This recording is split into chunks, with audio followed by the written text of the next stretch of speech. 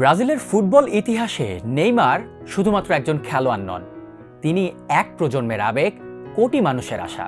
Brazil match জিতল, group চ্যাম্পিয়নও হলো, কিন্তু সকল লাইমলাইট যেন কেড়ে নিল এই ব্রাজিলিয়ান নাম্বার 10। স্কটল্যান্ডের বিপক্ষে সাবস্টিটিউট থেকে নেমে মাত্র 20 মিনিট খেলেছেন নেইমার। এই কয়েক মিনিট হয়তো পরিসংখ্যানের খাতায় খুব বড় কিছু নয়, কিন্তু ব্রাজিল সমর্থকদের জন্য এটি ছিল এক নতুন শুরুর গল্প।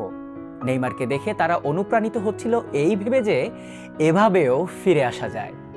ব্রাজিলের বিশ্বকাপ স্কোয়াডে ডাক পাওয়ার পর আবারও ইনজুরিতে পড়েছিল নেইমার। শঙ্কা ছিল গ্রুপ পর্বের ম্যাচগুলো খেলতে পারবেন কিনা সেটি নিয়ে, কিন্তু জল্পনা কল্পনা কাটিয়ে স্কটল্যান্ডের বিপক্ষে নেইমার খেলবেন বলে জানান কোচ কার্লো অ্যানচেলত্তি। এরপর থেকেই সমর্থকরা নেইমারকে আবারও ব্রাজিলের জার্সিতে দেখতে মুখিয়ে থাকে। স্কটল্যান্ডের বিপক্ষে ম্যাচের প্রথমার্ধে সাইডলাইন দিয়ে নেইমার ওয়ার্ম আপ করার সময় পুরো স্টেডিয়াম নেইমার নেইমার চিৎকারে মুখরিত হয়ে ওঠে।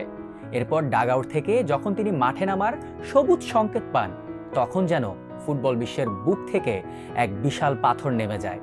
ব্রাজিল সমর্থকদের এতদিনের অপেক্ষা, এতদিনের প্রার্থনা সব যেন সার্থক হয় এক নিমেষেই। ম্যাচের ৭৬ মিনিটে নেইমার মাঠে প্রবেশ করার পর পুরো দল এক নতুন শক্তিতে বলীয়ান হয়ে ওঠে। মাঠে নামার পর তার প্রথম স্পর্শেই ছিল সেই চিরচেনা জাদুকরী ছোঁয়া। স্কটল্যান্ডের ডিফেন্ডাররা তাকে আটকানোর আপ্রাণ চেষ্টা করলেও নেইমারের ড্রিবলিংয়ের সামনে তারা যেন খেই হারিয়ে ফেলে। মাঝমাঠ থেকে বল কেড়ে নিয়ে স্কটিশ ডিফেন্সকে একাই নাচিয়ে ছাড়েন তিনি। এমনকি এই স্বল্প সময়ের মধ্যে তার নিখুঁত এক পাসে গোল করার সুবর্ণ সুযোগও তৈরি হয়েছিল, কিন্তু অল্পের জন্য তার লক্ষ্য ভ্রষ্ট হয়।